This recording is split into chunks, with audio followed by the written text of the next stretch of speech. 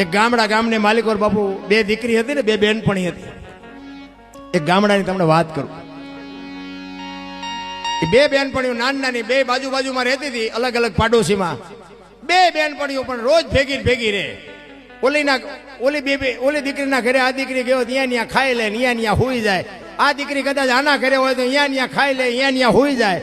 બે દીકરીઓ બાપુ ખેતરે જાય, ભણવા જાય, ઢોરમાં જાય, ભેગી. સમય સંજોગ અનુસાર બાપુ બે દીકરીઓ 18 20 વર્ષની થઈ ને, તેથી બાપુ બે દીકરીઓના માત પિતા દીકરી માટે બાપુ સંબંધ મળ્યા ગોતવા. અને સમય સંજોગ અનુસાર બે જણાને બેને અલગ અલગ ગામમાં બે દીકરીઓને લગ્ન કરી દેવાના.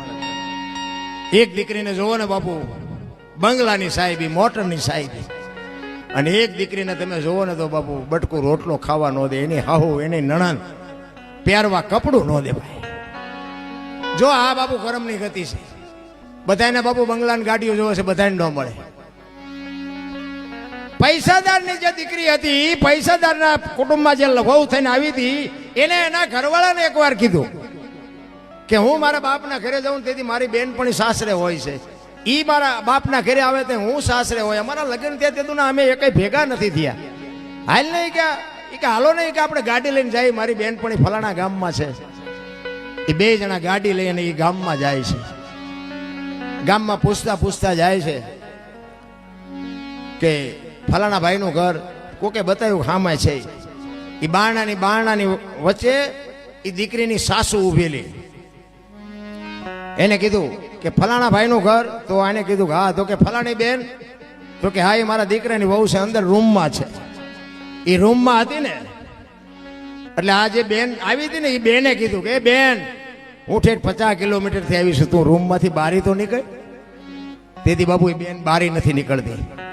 અને બેન શું કહે છે, હું બારી નહીં નીકળું. બાપુ જો દુઃખ તો તમને મને કોઈને નથી. દુઃખના વાદળ તો બાપુજીની માથે ચડ્યા હોય, જેને ભોગ્યું હોય એને ખબર હોય. એ દીકરી ના પાડે છે કે હું નહીં નીકળું. કે પણ શું કામ? ત્યારે દીકરી કહે છે, દુઃખનો ઉગ્યો છે દાફડો રે, માથે ઉગ્યા કાળા ઓરડો ઓઢીને ઊભી સખીયું કેમ આવું રે બા. ઓરડો ઓઢીને ઊભી સખીયું કેમ આવું રે બા. વિચાર કરજો. એ દીકરી કહે છે કે મારા શરીર ઉપર મારી હાઉએ પહેરવા લુગડું નથી રહેવા દીધું, હું બહાર કેવી રીતે આવું? બાપુ દુઃખના વાદળ કેવા ચડ્યા છે. અને એની બેનપણીને બાપુ આમ હયું થડાક ઉછડાક. અરે તારી ભલી તા દીકરીની આટલી કિંમત. પોતાનું તમામ છોડીને પારકા પોતાના કરે ને એક બટકું રોટલો ને એક લુગડું નો પહેરવા દે. તેથી એની બેનપણી કહે છે કે પણ તારા ઘરવાળાને કહે ને, આવી જિંદગી શું કામ જીવાય, નોખા થઈ જાઓ. તેથી દીકરી બાપુ એને કહે છે, એ માવડીઓ છે, એની માન પૂછ્યા વગરનો પાણી નથી પીતો, એ મારું શું સારું કરે. એટલે કે છે નાની નાણા છે લાડકી ને માથાનો ઘા.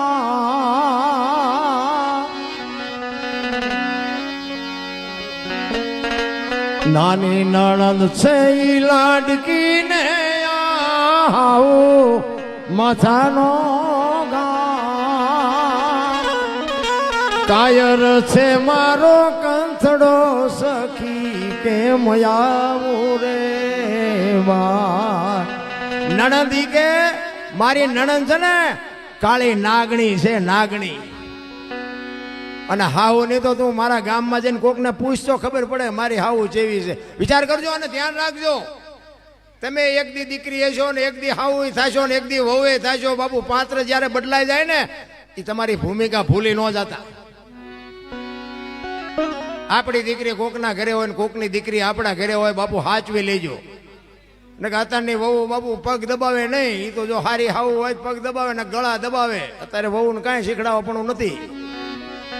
ઈ કે પણ મરી જા. એની બેનપણી કે છે તારો ઘરવાળો ન માને, તારા ઘરમાં તારું કાંઈ ઉપજતું ન હોય તો મરી જા ને, આવી જિંદગી હું કામ જીવસ? તારે એ કહે છે હું ખાનદાન બાપની દીકરી છું, મને ખબર છે આવી જિંદગી ન જીવાય, પણ મરી જાઉં ને તો કે મારા બાપની આબરૂ જાય. કોક એમ કે આને કંઈક કાળું ધોળું કર્યું છે એટલે મરી છે, તોય નહીં આ દુનિયા મારું હારું કે. અને મારા ફૂલડા જેવા 2 સંતાન છે ને, એ મને હુકો લુકો રોટલો દે ને, હું મારા સંતાનને ખવડાવું છું. મારા સંતાન મારા વગરના મરી જાય એટલે જીવું છું. અરે શું મારા રામ તમને મને દુઃખ પડ્યું છે. રોતી રોતી બાપુ ગાય છે, જીવવા કરતા મન મરવું આલો મારા બાપની ઇજ્જત જાય.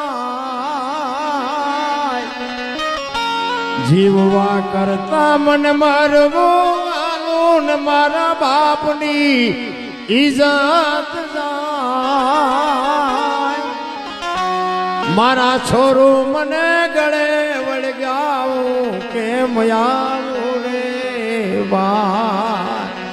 મારા છોરું મને ગળે વળગાવું કેમ આવું રે બા. તારે મારા દર્શન કરવા હોય તો બારણાની ત્યારથી જોઈ લે, બાકી હું બહાર નહીં આવું ને નહીં આવું. મારો બાપ ખાનદાન છે. વિચાર કરજો શું દુઃખ હશે એની પાસે. એની બેનપણી બાપુ બહાર ઊભી રોવે છે, હે ભગવાન મને ત્યાં આટલું બધું આપ્યું, એમાંથી થોડુંક તો એને દેવું હતું. મને મારો ધણી આમ હાથની હથેળીમાં રાખે, મારી હાહુ મને હથેળીમાં રાખે, મારી નણંદ મને હથેળીમાં રાખે, અને આને એકે કોઈનું બારણું ઉઘાડું નથી. 2 બાપુ નાનેથી મોટા ભેગા થયેલા. એ દીકરી જે સુખી હતી, એ દીકરી માથે કેવી વેદના થતી છે કે મને મારા ભગવાને કેટલું આપ્યું ને મારી બેનપણીને બસ આટલું જ. શું કામ? એ કે પણ બેન કેમ હવે? એ કે હવે તું અહીંથી વહી જા પાછી. એ અંદરથી કહે છે તું હવે પાછી વહી જા, પણ એક મારી ભલામણ છે તને, હવે તું મારા ગામમાં કોઈ દી આવતી નહીં. તને ખબર પડે ને કે મારી બેનપણી મરી ગઈ, તેથી તું કાણે આવજે. પણ કાણે આવ્યું ને તો તને એક જ ભલામણ છે કે મારા ઘરે ન આવતી. મહાણમાં જઈને મારી રાખનો ઢગલો હોય ને, એ ઢગલે કાન રાખજે, તેથી મારી રાખ રોતી હશે મારા દુઃખની પરાકાષ્ઠાની તને ખબર પડે. અરે શું મારા રામ તમને મને, હું તો એટલા માટે કહું કે બેનો દીકરીઓ માથે જુલમ ન કરો. ઈશ્વર કોઈ દી નહીં શું